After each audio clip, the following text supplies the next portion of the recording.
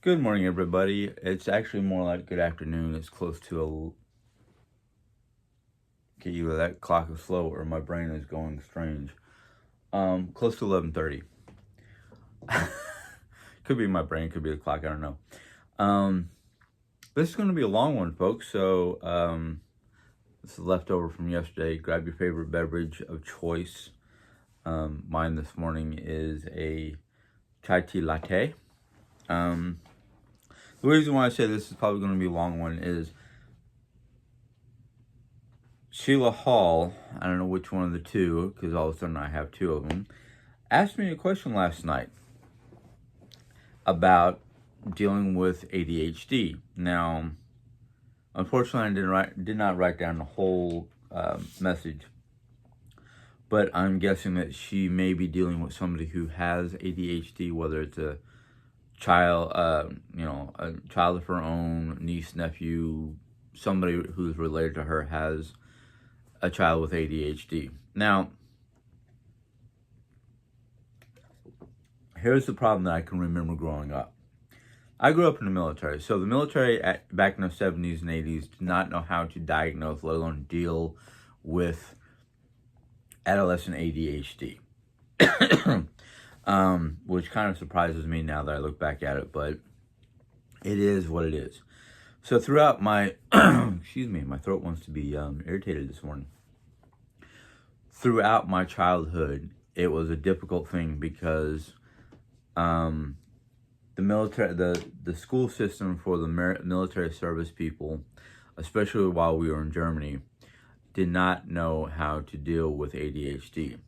So I got held back at least two times throughout my elementary years.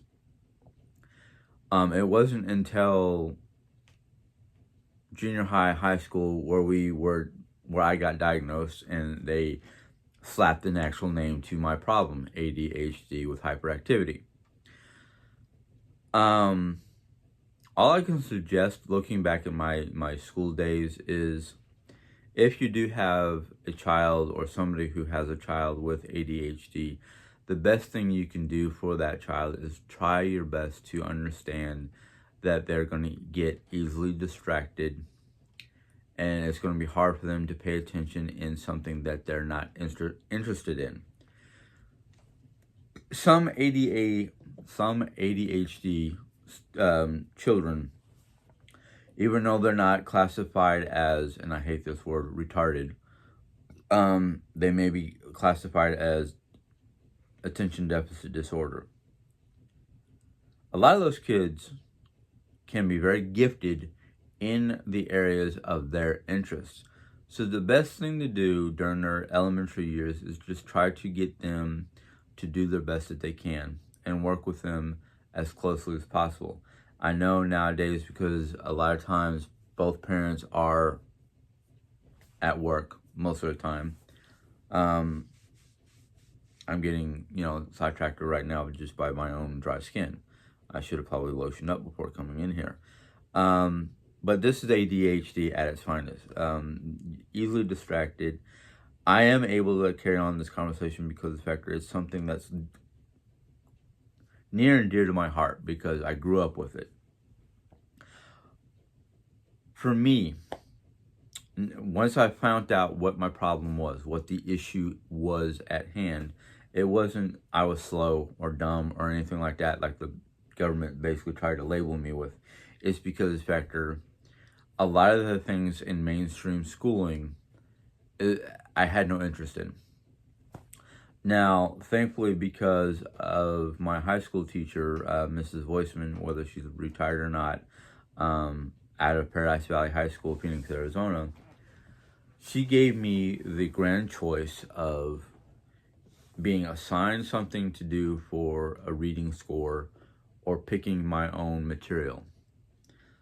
I chose to pick my own material because the fact that I was afraid that if I was assigned something, I wouldn't get anywhere. So basically, if you have an ADHD child, find out what they're interested in. Help them focus on what they're interested in and then use that to teach them. Now, if they're interested in science, nature, great. Get them science kits. Get them books on nature. Get them things that will help cultivate that interest. At the same time, you can use that interest, especially science. If they're interested in science, you're gonna have to cultivate that science and use science to hopefully help them with mathematics, because there's a lot of math in science. Just like when I started getting interested in architectural design, I had to deal with some math. And I realized two things. One, it's not always about the math. It's about understanding how the design or blueprint uses mathematics to make decisions on how big a room is going to be, what the square footage of the house is going to be, angles for the roof and whatnot. I don't use science, or I don't use math when it comes to my drawings, because I found out that somehow my brain is able to sit down and draw the blueprints. And once I got the blueprints drawn out, I can use various rulers and whatnot to determine the size without going through the math. That's how I'm gifted. I can see things and figure them out without all the technical mumbo jumbo and all that. But yes, you do, I mean, for the intense purpose of getting through school, you need to be able to do a certain amount of math just to get by. Because I have a very wide interest, spectrum of interest. Talking about ADHD, and it's kicking in. So I had gotten the benefits of basically a high school teacher who would work with me and let me do my own thing, and then have me give her, because of my writing and whatnot was not exactly the greatest, but it was discovered that I can read a book, I can retain the information if I'm interested, and I can basically relay as much of the information as possible to another person for them to understand it. In fact, because in high school, it was my interest in Mary Summer-Rain that got me through high school.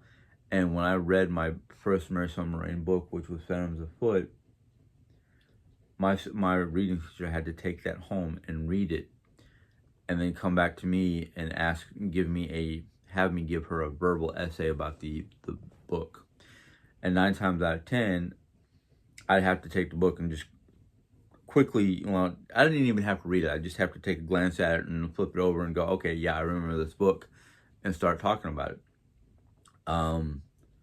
9 times out of 10, if it's a book that I'm interested, I can read it once, and I don't have to really read it again. And if I choose to go back to look at it, I only have to read like the first page of each chapter, and my brain goes, yeah, I remember this. Okay, yeah, all right, okay.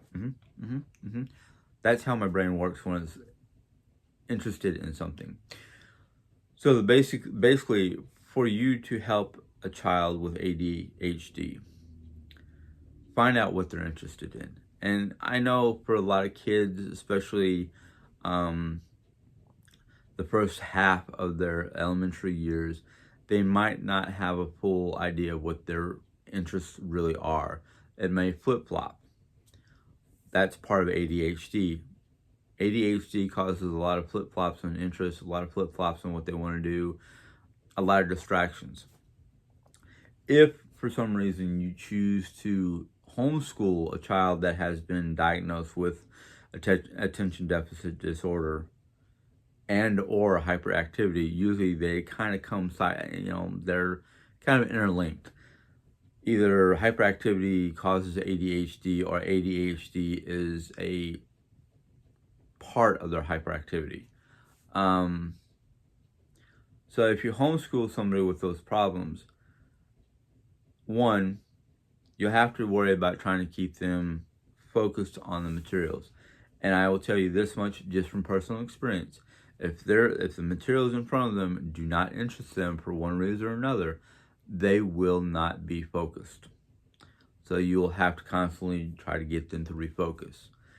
And there are positive and negative aspects of how to keep a child focused on the subject at hand or the task at hand or whatever is being done at that moment where you need the child or person to be focused on it.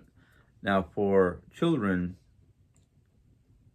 I will tell you this much because of ADHD. One of the biggest things that caused me a lot of problems and a lot of stressors was the negative aspects of how people treated me because of my attention deficit disorder. That, in fact, I learned a long time ago. I do not like labels. I hate being labeled. I hate trying to label people.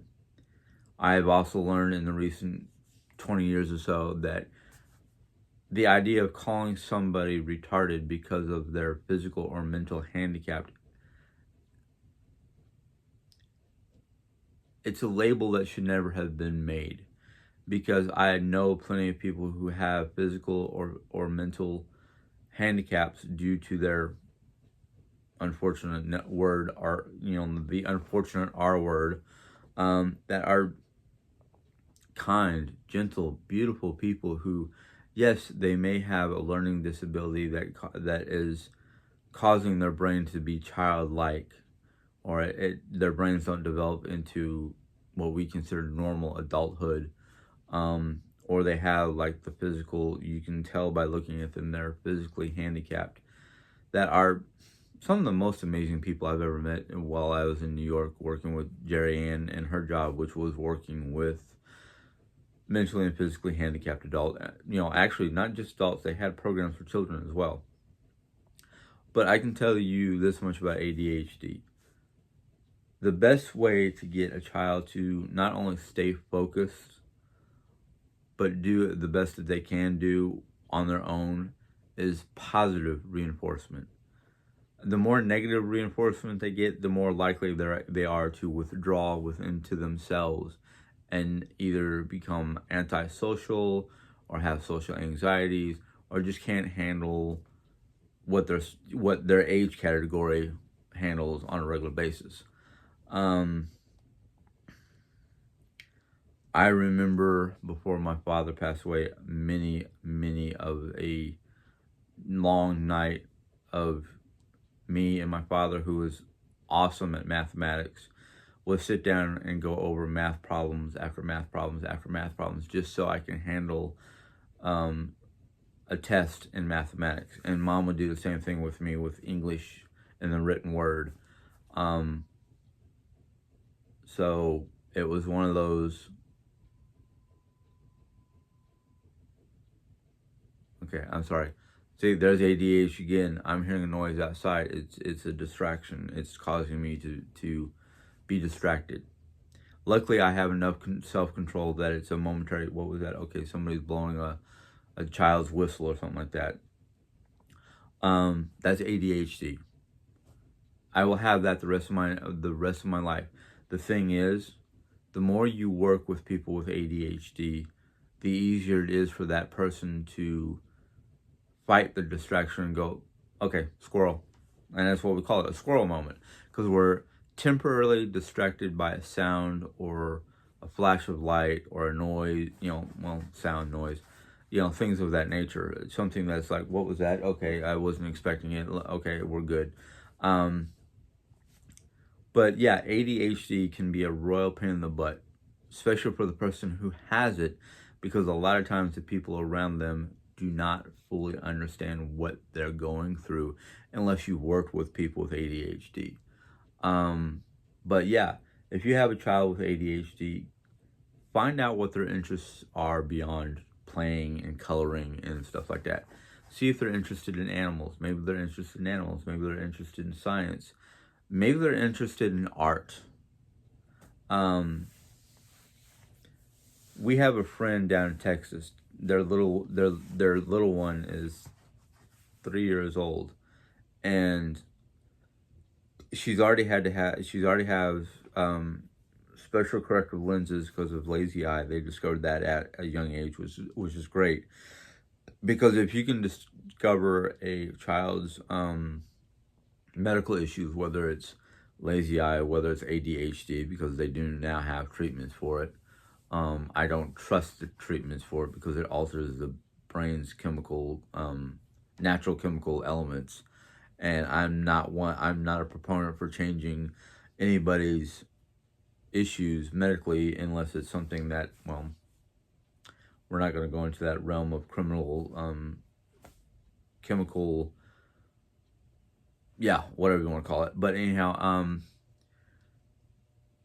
she is, I don't know, she is not school age yet. She's only 3. And I don't know if she's been tested or diagnosed with any other possible future problems that she may have, like ADHD. But she loves cooking with Mom. She loves doing artwork.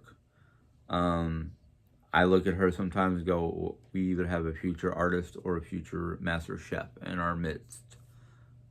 It's nice to know that. But darn it, if you have a young one who does have ADHD, like I said, work with them. Hopefully your school system will work with them.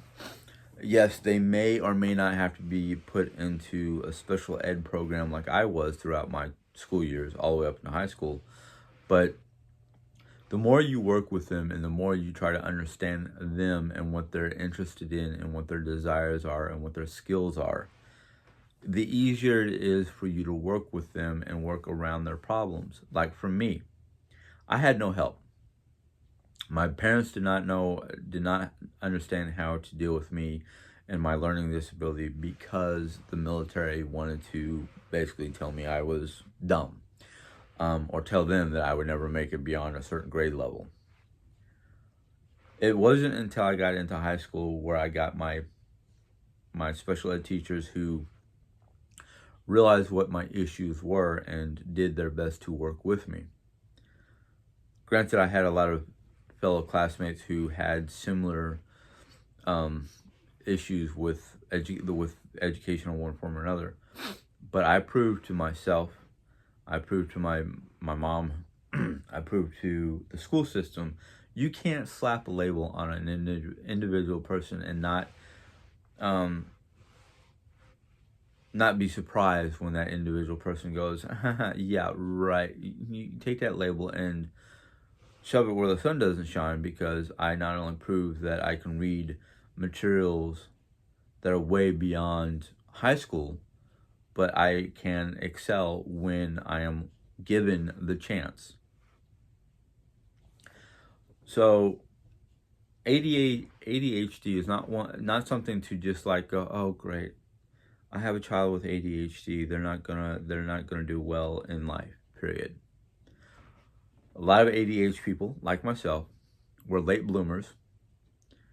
Well, at least I was a late bloomer, and I think the reason why I was a late bloomer is because of the fact that I was stifled or put down, not really worked with, just kind of put it in a corner and like left me there to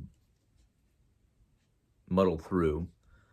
But we're in a modern day time where a lot of learning disabilities, a lot of what scientists are now calling mental issues. And basically the way science, or at least the way I learned about it, is what's happening with people with ADHD or various other mental issues that are just, they're there. There's no rhyme or reason for them in a lot of cases. In my case, I was a unknown factor. They didn't fully understand what caused me to have ADHD. But scientists are saying it's a chemical imbalance in the brain between two parts of the brain that don't fully connect in the normal method. And the way I was described, and I'm going to try to write it down because I had to literally go look this information up and watch various videos and whatnot.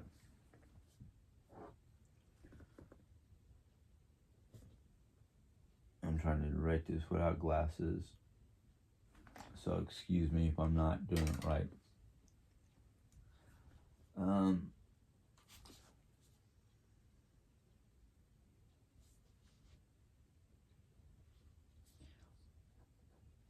Basically, the normal brain, if you can see that drawing, you have your two connected pathways, and everything goes through straight. But with a brain like mine, which is ADHD,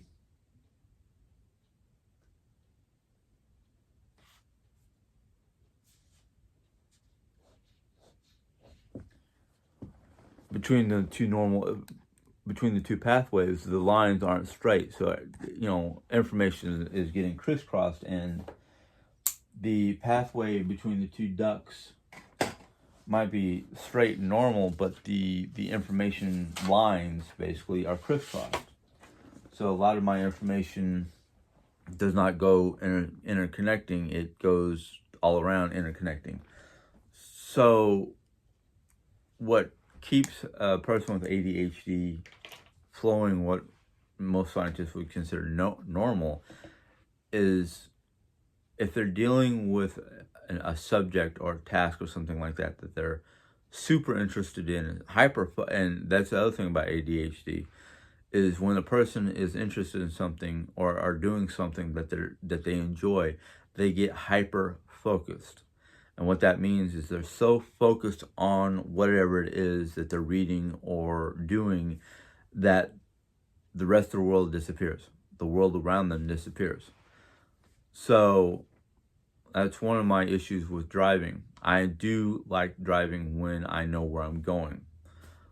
But if it's someplace that I don't know where I'm going and I have to drive it, I become nervous and very cautious, and I'm on high alert for any possible dangers, which is a good and bad thing for somebody with ADHD. I'm not saying that no people with ADHD can't drive, but people with ADHD are the ones that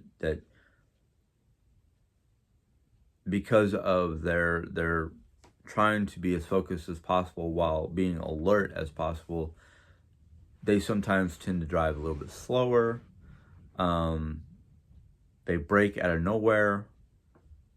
Yes, it can be annoying for the people around them, or the driver who has ADHD can easily get annoyed by drivers because they're driving either too chaotically or just what that person feels as unsafe or not driving correctly in their brain. So people with ADHD, they get easily distracted by sights, sounds, even smells. I can be sitting here in here doing whatever, and I'll be like, okay, what's that smell? It almost smells like something burning. Is somebody cooking something? Did somebody leave something on the stove? Is there something burning in the oven? We get really sensitive. It is also believed by some science groups, both mainstream science and parapsychology, that it's believed that people who have ADHD are also very sensitive to things that most people don't see or sense, or they're sensitive to the paranormal, basically.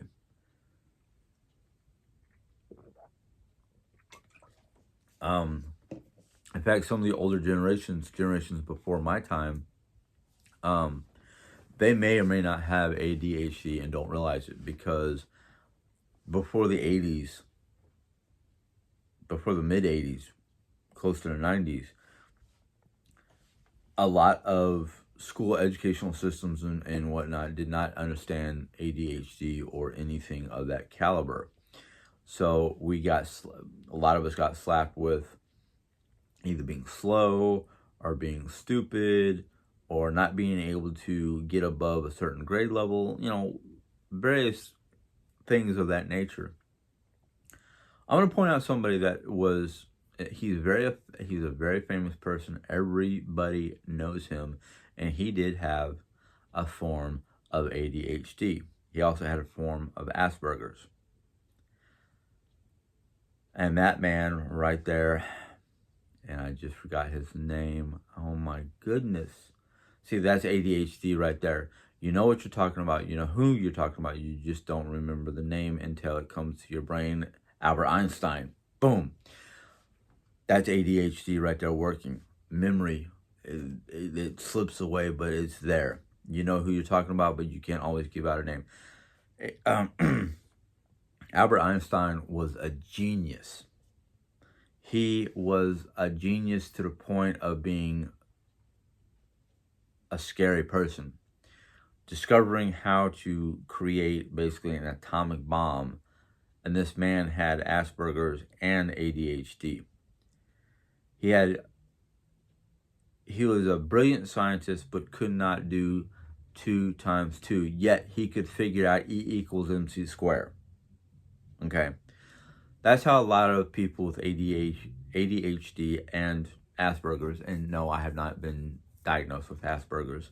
I've always wanted to go check it out now that I know what Asperger's is, because I do have certain social anxieties and whatnot. But as my brother-in-law, he actually said it, he actually called me something once, and I went, what? And it was he called me an idiot savant. And I just kind of went, excuse me, I'm a what? And they explained it to me that I may seem stupid at times, but I come up with some brilliant ideas. And I just kind of went, well, thank you, but no thank you, because I don't consider myself stupid. I just consider myself abnormal, which there's nothing wrong with that. But Albert Einstein literally created the formula that created the atomic bomb. He was considered one of the only other person that comes close that I can think of that has the same IQ level or slightly above Albert Einstein would be Hawkins. And I feel for that man, because he's got a brilliant mind, but he's got a broken body. You know, it happens. Sometimes people's minds are better than their bodies, and their bodies can't keep up with their minds. And it happens. But you cannot sit there and dictate the worth, whether it's their skill level or their knowledge level or anything like that. You can't really slap a label on somebody with ADHD, because I am pretty sure that if I knew about my ADHD way back in elementary during my informative years or impressionary years, or whatever you call it,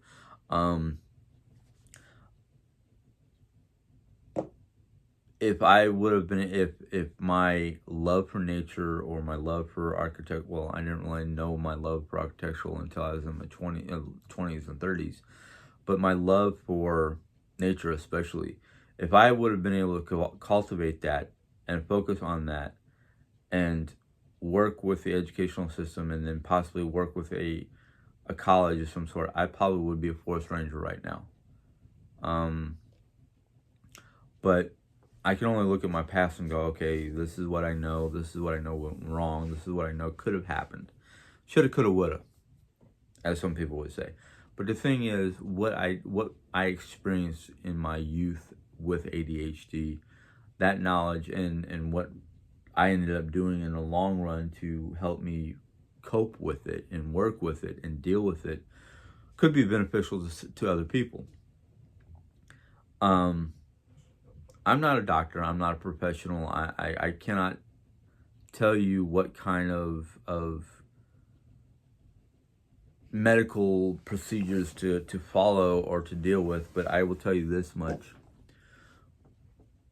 Just the everyday aspect of living with ADHD can be very difficult, especially when people around the individual with ADHD does not have support, or does not have people who understand what they're going through and try to work with them so they don't have nervous breakdowns or fits of one form or another, because of the frustration and the emotions that go through a person with ADHD,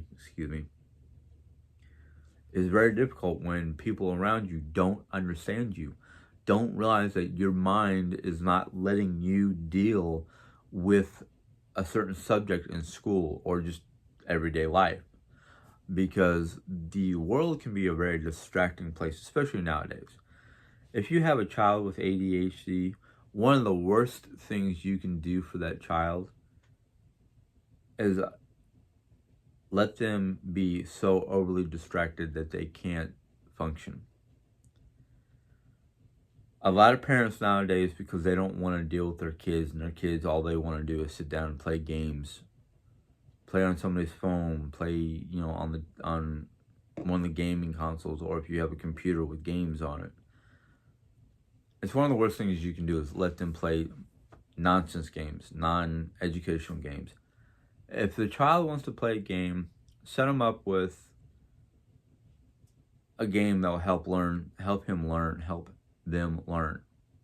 And there's plenty of those. There's plenty of games that they can play on the computer or even on a tablet or things like that are educational.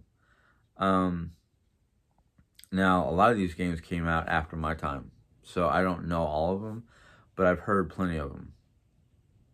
I mean, in my time when computers started becoming a normal, there was Carmen Sandiego and all those games. There was, well, I had games that were nonsensical, but they helped me with problem solving. Things like the old Sierra games like King's Quest, Space Quest. There was 3 different ones: King's Quest, Space Quest, and I thought there was another one. I don't remember if there was, but I enjoyed them because of the fact that they were adventure games. Yes, you had to do certain things to solve problems or collect certain things to proceed through certain parts of the game, things of that nature. Oh, the one that I really, really liked by Sierra, Gabriel Knight. Or is it Gabriel Knights? Gabriel Knight. Who preceded, the game came way before Grimm, the TV series. But the point is, and I'm trying not to get distracted. The point is, if you're going to give. Sorry, I'm stuttering. I normally do not stutter, but for some reason this subject gives me pause.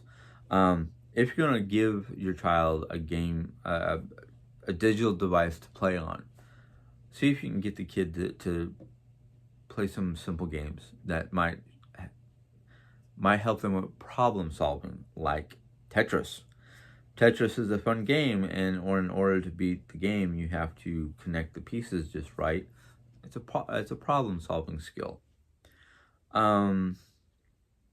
But definitely try to spend as much time with your child as possible away from the digital world, so they can get a basis for their education and hopefully help them find a way to use their ADHD to their advantage by supporting them and promoting them to do things that they feel interested in other than playing games. Unless that person is going to be the next best video game creator on the face of the planet, who knows? Or shoot, don't remember their names, but the people who created IBM and Apple computers, they started out with scratch, trying to figure out how to make a personal computer with military grade computing systems, but trying to make them smaller for the in-home computer player. I mean, I remember the days of old when all your information that you were supposed to put into your computer was on a floppy disk, a really, really thin piece of plastic with a magnetic wheel in the middle that basically, the idea originated in the military, but the military didn't want to go small. They wanted to keep their big, bulky, take up a whole basement type computer database. And look at us now, we're using direct downloads or CDs.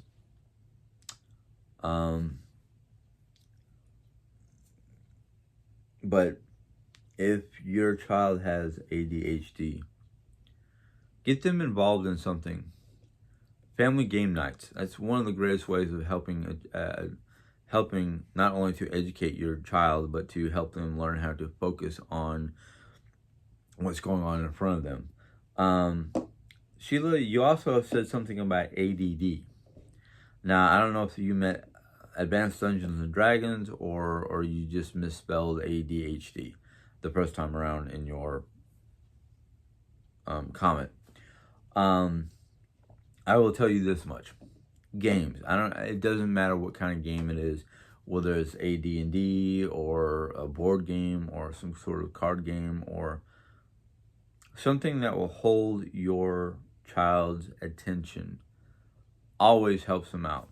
Now, I'm an only child, so if you have more than one child and one of your children is attention deficit disorder, one, if they're the youngest or the middle child, don't get on them if the other siblings cause problems and try to blame it, pass it off onto the child with ADHD.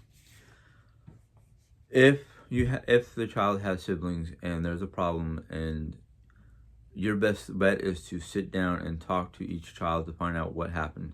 Talk to them individually, not in a group session. Because a lot of times the child with ADHD will sometimes get upset and throw a fit and make things look worse upon them. A lot of times when you deal with an ADHD child as an individual, not a group with his brothers and sisters, it's better for them. It's easier on them. And a lot of times that child with ADHD might be your source of truth. Because I will tell you this much, as an ADHD person, we can see a lot of truth that most people don't. A lot of people might go, well, where did that come from? Where did you see that? When did that happen? How did you get this information? And again, this goes back to the paranormal aspect of life.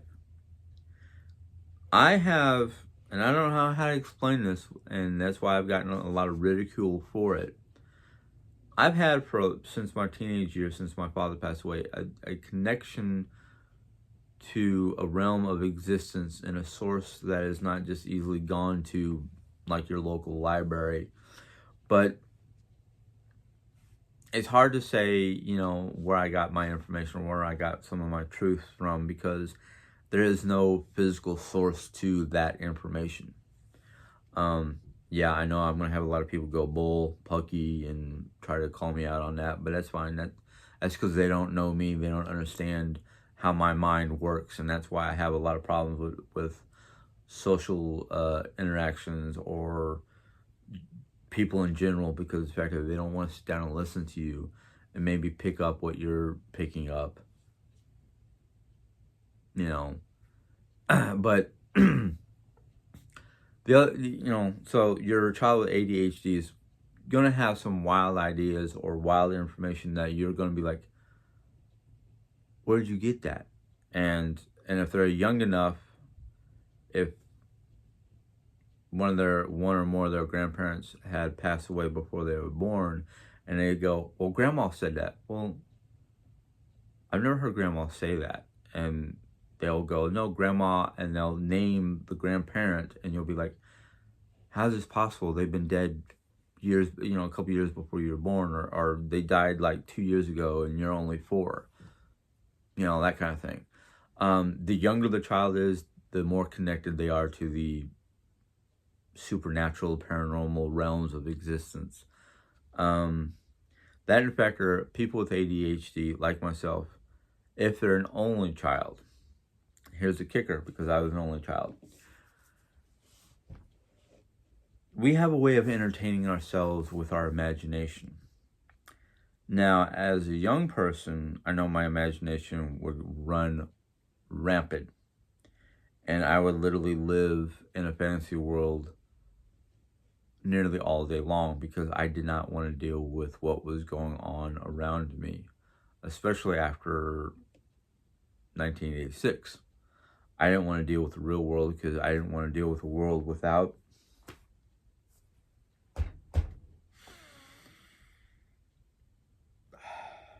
my dad.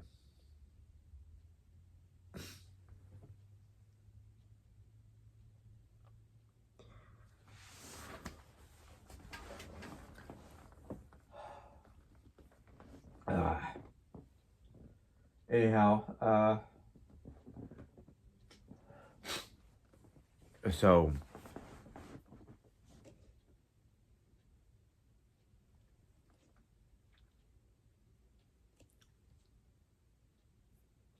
uh, uh, crap. So up until, well, from like 86 to 90, probably 10 years. Yeah, 96. My ADHD was off the chart. The benefits of my ADHD being off the chart was I became so hyper focused in trying to figure out or learn rhyme or reason for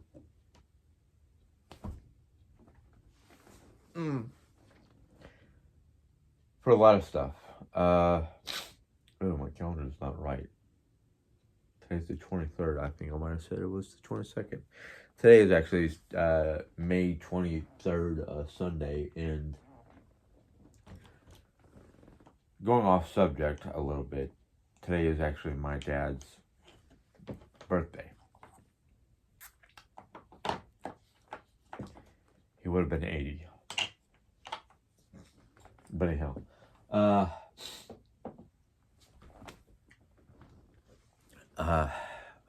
sorry.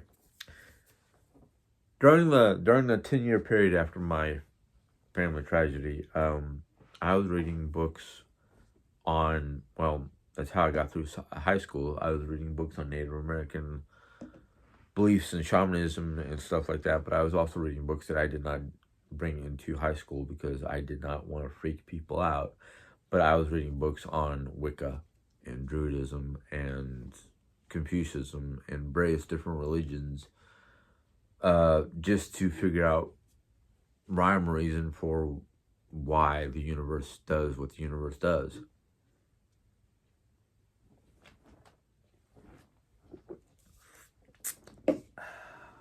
And that's when a lot of things started changing for me, both psychologically and spiritually. Physically, I was still the skinny little runt I was. But I realized that there are forces in the universe that we will never fully understand, or it's hard for a lot of people to believe for one reason or another. But that was me using my ADHD and focusing on things I was interested in. The medical side of ADHD is there is no real fix. You can't just sit there and go to the doctor and go, "Hey doc, I've got ADHD. Can you give me a pill for it?" There's no pill for it.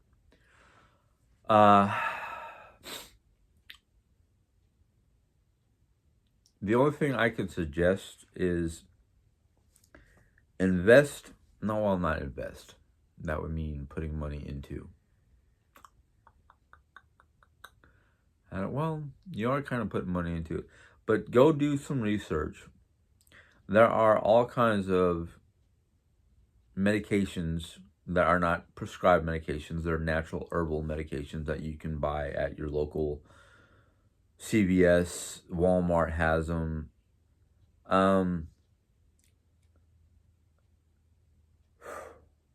St. John's wort. St. John's wort is used for a lot of different things, both male and female. Everything to do with their menstrual cycle to their mental state. But St. John's wort is good for the mind because it helps keep you relaxed. It helps you from It helps men for mental issues and just keeping calm and whatnot. It helps women because of emotional, a range of emotions, PMS, various different things to help comfort the body using the natural herb St. John's wort. Trying to think of some of the other ones that I learned about and started using. St. John's wort.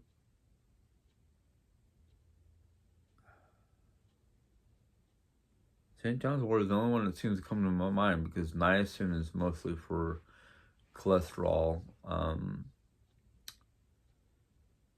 Oh, you guys won't believe this, but catnip.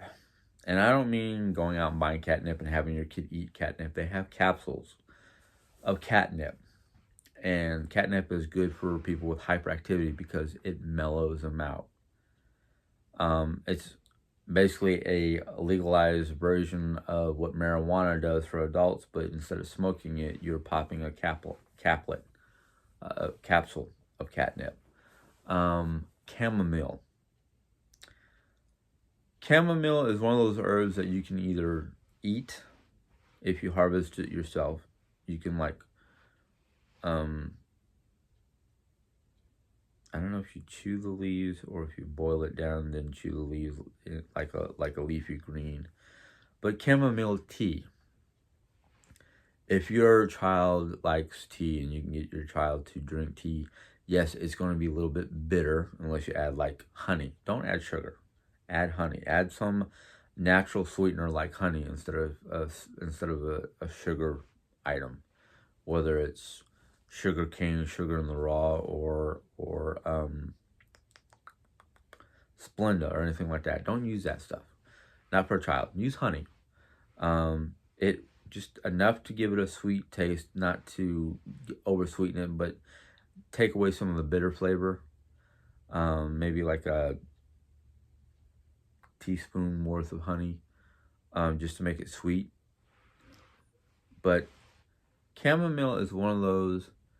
It helps with mental issues. It helps calm the mind. It helps calm the body. It helps deal with sleep apnea, pain, minor pain. Chamomile is one of those wondrous herbal items that has so many different beneficial functionings. When I used to have problems breathing because of the bronchial asthma during the pollination seasons while living in Arizona, chamomile tea was one of those go-tos because it was a natural herbal remedy that just helped the body in so many different ways. If you cannot find chamomile at your local grocery store or pharmaceutical, CVS, Walgreens, Walmart, you can find it on most grocery store shelves with the herbal teas. If you cannot find that, Sleepy Time tea, which is a celestial seasoning called Sleepy Time tea. You had Sleepy Time sinus. You had Sleepy Time tension tamer. There's a couple of different varieties of Sleepy Time. Even Sleepy Time extra if you needed that extra knock you out. It's an all-natural herbal tea that has a variety of different beneficial ingredients for various problems like tension, stomach problems, having trouble getting to sleep, having trouble breathing. It has various natural ingredients that are very beneficial for everybody, but as somebody who has ADHD, it's been very beneficial on those nights that I cannot get my brain to shut down. That will be one of the other issues with a lot of kids, a lot of people with ADHD is your body may be ready to go to sleep. You're literally fighting to keep your eyes open type situation, but the moment you lay down and try to relax your body, your brain goes into overdrive, which causes you not to be able to fall asleep. You become restless. You end up getting up and doing whatever, trying to get your brain to shut down. That's when I go to my Sleepy Time teas because it has natural relaxants in the tea to help quiet your brain. There are some days where my brain is in such overload, not even the sleep time extra is working. That basically means my brain is in such hyperactive mode that nothing short of a frying pan to the back of the head will shut me down. That's just ADHD. That's ADHD with the hyperactivity. You either have not done enough to satisfy your brain during your day that it just comes up with like, oh man, I need to do this. I need to do that. No, this needs to be done. Did I finish that? Did I lock the doors? Are lights off in the living room? Has the cat been fed? All these different random things will start flying through your head. It has nothing to do with your plan of the day or what you did during the day. It just like all these things just start popping up in your head, and it has no rhyme or reason for it. 9 times out of 10 for me, there's no rhyme or reason. It's just things that start flying through my head like, oh, I should go do this. Did I do that? Did I forget to do this? Did I do enough today? What can I do tomorrow? What is tomorrow's plans? What are we doing tomorrow? What's for dinner? What do we have for dinner? Things like that. And it's just like, what in God's green earth is going on? Why is my brain just like on overload? That's what happens with me because I have both ADHD and hyperactivity, and there is adult version of hyperactivity and ADHD, and boy, do I get it. There's no rhyme or reason for it. Science has not figured out why or what causes people to have ADHD. In fact, there's at least 1 or 2 people I know of that they grew up like a normal everyday child. They did not have ADHD or hyperactivity. And something happened in their late teens, early 20s, that all of a sudden they have ADHD and hyperactivity. They're just like something in the brain just kind of went bing, and things ended up being the way they were. It's something in the brain, the chemistry of the brain. Now, some people, like myself, are born with it because something that could have happened in utero during the development of the fetus. Don't know. It could be anything from a trauma that happened to the mother, or in my case, be honest with you, my mom was a smoker since she was 16. She might have been smoking when I was in vitro, or however it's put. That's something that she did while I was in her, caused a issue in the brain that caused ADHD and hyperactivity. That's one of the reasons why I was probably a skinny kid up until my 20s and 30s, because I'm always on the go. And it's only within the last 20 years or so have I slowed down enough to start getting a belly. Am I happy about it? Yeah. I wish it was more muscle than as my uncle would put it, relaxed muscle. Maybe I'm just slowing down. Maybe the hyperactivity part is starting to dissipate, while the ADHD is not as bad as it used to be when I was a kid. But maybe it's because of the fact that I've learned how to deal with it and control it. I don't know. But if you're a parent who has a child, or a grandparent who has a grandchild that has ADHD, the best thing you can do for them is try your best to work with them, find what they're interested in, and use that interest as a tool to help them get through their educational programming up until their 20s. And then once they get up to their 20s, hopefully you've helped them enough to get them to realize that just because there's one particular subject or multiple subjects that they're interested in does not mean that there's a whole world out there for them to explore and learn and teach themselves about. That's one of the biggest things that I'm always trying to promote or advocate, however you want to put it. Is just because you have or you know somebody who has ADHD does not mean that they have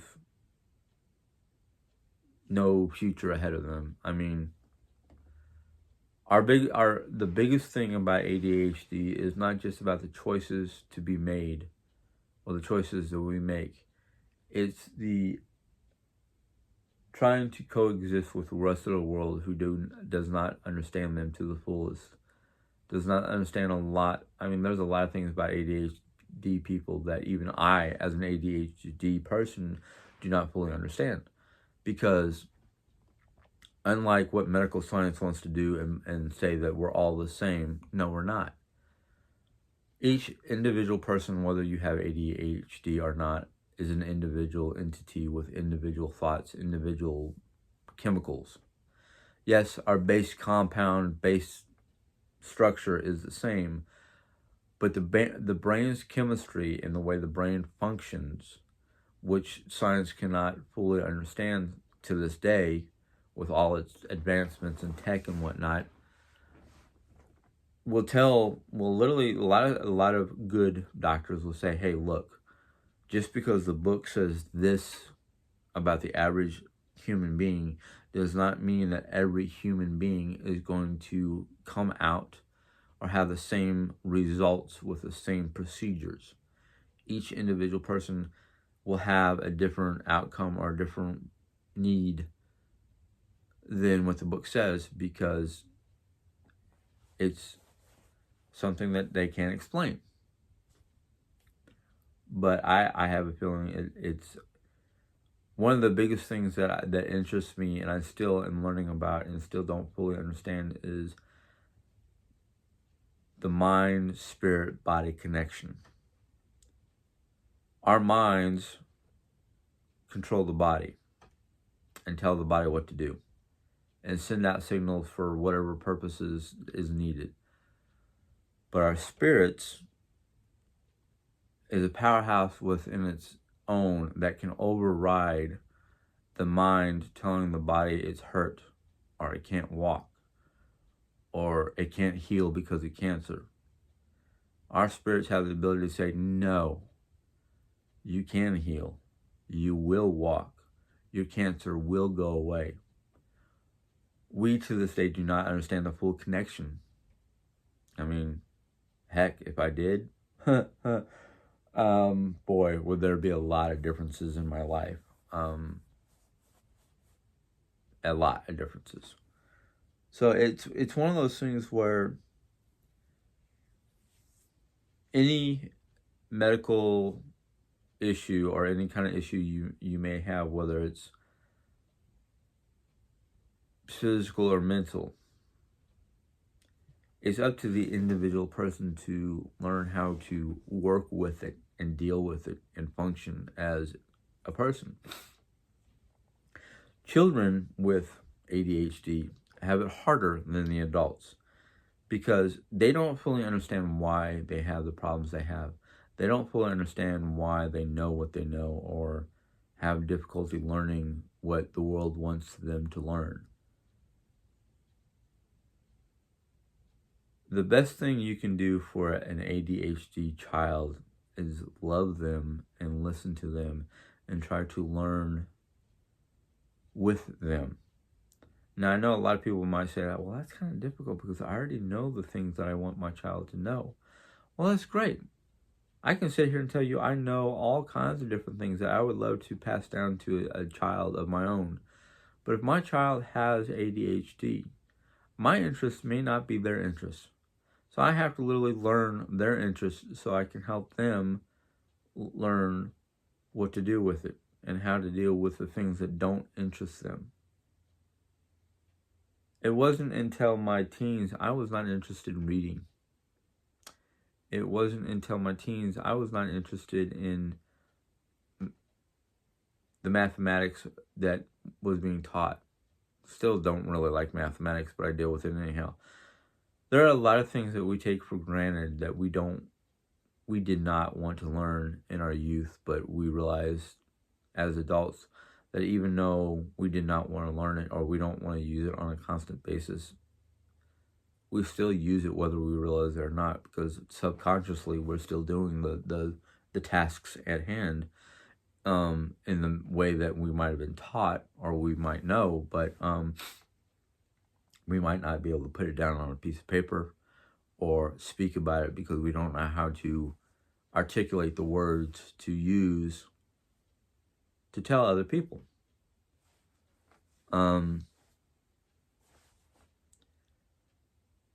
The one thing that you can use with ADHD people is what I consider a universal language, and that's love and understanding. If you can love and understand somebody, especially your own family members or children that have ADHD, that love and understanding is more powerful than you sitting down with them and telling them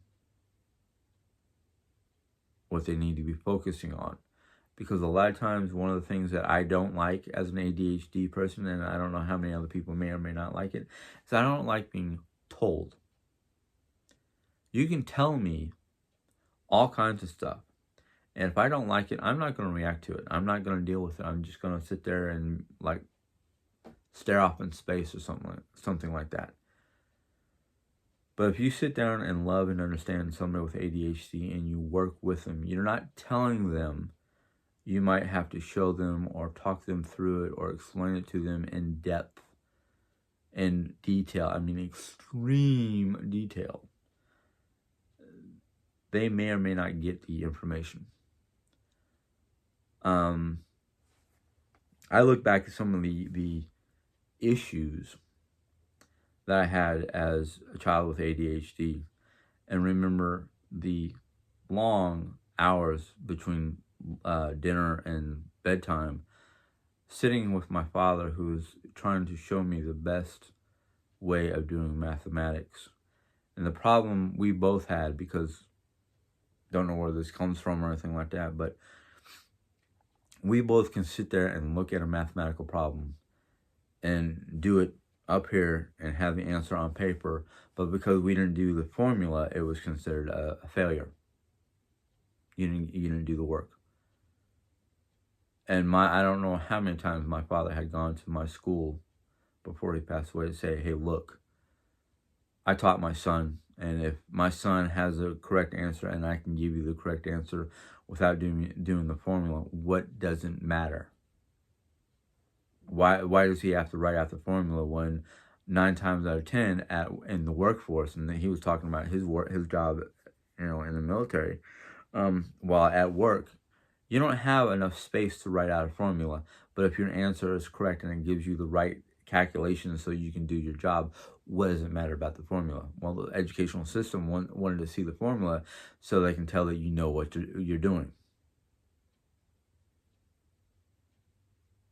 I had to sit down in high school with teachers, and they had to literally explain the formulas. And I'm like, okay, I see what you're doing. I see the formula you're putting out there, but your number and my number are the same. The end result is the same. Does it matter how I did it or how I got that number, as long as the answer is correct? And that was the age-old argument. What does it matter how you got the answer, as long as the answer was correct and you weren't cheating? Well, that was the thing, is they wanted me to do the formula so they can tell if I was cheating or not. And I was like, I have to wear glasses to see the chalkboard in front of me. How am I going to see the answer of somebody else's paperwork, somebody who's in front of me?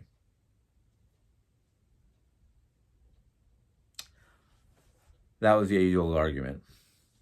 But that was one of the frustrating things about school, is like, I can give you the answer. I might not be able to do the formula, but I got the answers right there. I gave you the right answer and it was done. But that's the problem that a lot of ADHD people will have when or if mathematics mathematics is not their strong suit. So I had to literally spend most of my high school years learning how to do the formula so I can give them their work, what they wanted. And that's the other thing about ADHD is an ADHD person might want something that other people don't want in school. The school might want you to do certain things to satisfy their needs when you may be able to find a faster, better way than what the school is trying to teach you. All I can say is for those who are going through, especially high school, where they really, really want you to do all the work, do the work for them. You've got 4 years to do it their way. Once you're done with high school, you can start doing it your way unless your job tells you otherwise. The biggest problem I have or had before getting married and learning that it's a necessary evil just to make people happy is you might have to do things that you are uncomfortable with or feel are wrong or backwards or whatnot. But it's part of your job to do what they want you to do. I hated it. I hated every moment of going to a job where I could not do it my way because they had certain set standards. Problem I have is because of who I am and what I've gone through and what I've studied, it's hard for me to just sit there and go, okay, fine, I will do it your way just for the satisfaction of you shutting the heck up or whatever. School is going to be the worst time of an ADHD person's life.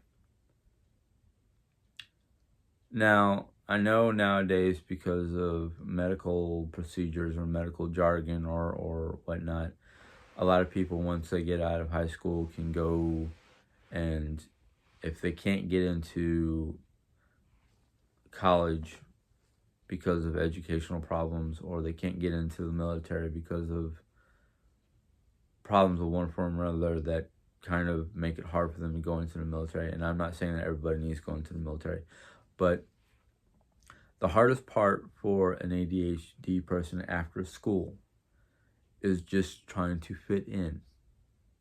I know I had a heck of a time and I had to basically stifle or closet who I really was on the inside for society's needs or desires so you can get a job or fit into the workforce or whatever. I'm kind of noticing there's a lot of jobs out there nowadays. More and more jobs are being more and more open to the factor that because of preferences of one form or another, they're trying to find ways to get people into the workforce because there's a lot of people who don't really want to get into the workforce because they feel like they're going to be stifled or basically put into a cubbyhole or bracket of some sort that does not fit their personality. I have a very open, warm personality, but because I feel the way I feel or who I feel like I am or see myself as may not fit into society's preference for certain kinds of jobs. In fact, most jobs. But I'm seeing right here in Rolla, there are more and more people who are wearing beards and hair and work in food services and wear hair nets or beard nets or anything like that. And the changes of religious views and the old religions coming back to fruition, to the forefront of society. I've even heard stories about military personnel whose religious views and whatnot were of the Norse pagan influence and had to go through a lot of hoops and whatnot to be recognized and allowed to be, to be what they felt that, their religious preferences or whatnot. And one of the, I don't know who makes up the rules or regulations or who decides what kind of, what's within what is within a certain religious category that can be, used to basically invoke their rights as Americans to follow their religious practice or whatnot. And it's like one of those kind of like, I don't know where I was going there. I'm sorry, folks. My brain is starting to have issues with it concentrating. Anyhow, I'm gonna go ahead and end this video. I'm sorry it's, an hour and 10 minutes. I'm hoping this video will help any people out there who either are dealing with ADHD or have somebody within their family or somebody within their circle of friends who have ADHD or an ADHD family member. I'm just hoping that this little video, that's a joke. Hopefully this video is helpful to those people. So I'm going to go ahead and sign off. If you enjoyed this little video, this little chat, hopefully it gave you information and helped you out with whatever issues you may be dealing with that has to do with ADHD or hyperactivity. Go ahead and give it a thumbs up. If you have any more questions or comments about this particular subject, go ahead and put them in the question comment box, and I will try to answer them or deal with them as soon as I see them. If you're new to my channel and enjoyed this particular video chat or any of my other videos, go ahead and click on that subscribe button, and then YouTube will put in there will be a little bell that you can click on. Then YouTube will let you know when I put in my next video. Until next time, you guys have a good day. Bye.